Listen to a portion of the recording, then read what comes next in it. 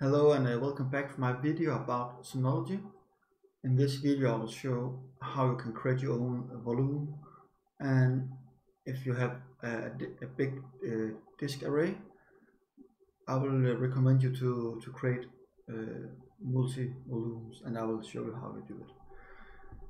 Go up in the left corner and click on storage management, going for volume, and click on create.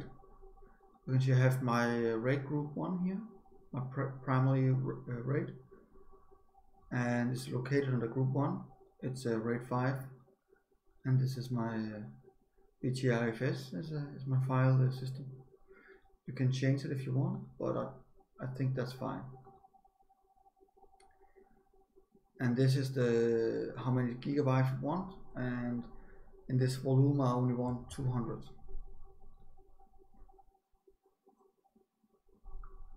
Now waiting for it's creating the volume, and then I want to create one more. Let's say I want ext4, and I will give him 250. Click on create,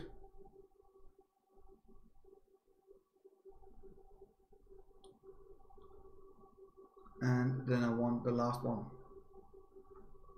with the rest of that and BTIFS one more time.